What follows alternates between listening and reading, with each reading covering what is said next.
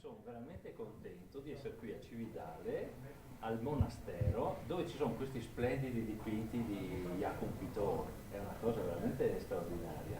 Ma guarda che per me invece è stata un'occasione ancora più straordinaria, perché mi avete permesso di conoscere meglio questo artista artigiano, come l'ha definito il professore, che dalla strada incominciava a dipingere e creava veramente quel senso di comunità, di socialità, lo stare insieme, le descrizioni anche delle vendemmie, di tutto quanto. È veramente bello, ma voi come associazione Vino Sapori del Friuli Venezia Giulia, questo momento è importantissimo. Sì, no, indubbiamente è un momento straordinario perché noi siamo produttori di vino, produttori di sapori, però quello che vogliamo fare è riuscire a anche inserire la cultura, i momenti ludici, ma anche raccontare storie. Noi vogliamo veramente far sì che il visitatore che arriva dalle nostre parti sia in un limbo, sia felice, tranquillo e possa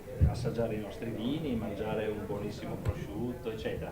Poi devo dire, anche dando un'occhiata e guardando questi quadri, fra l'altro sono quadri del 1900, dei primi del 1900, Sì. quindi che hanno insomma anche una storia da raccontare, è veramente è stata una bella esperienza, devo dire.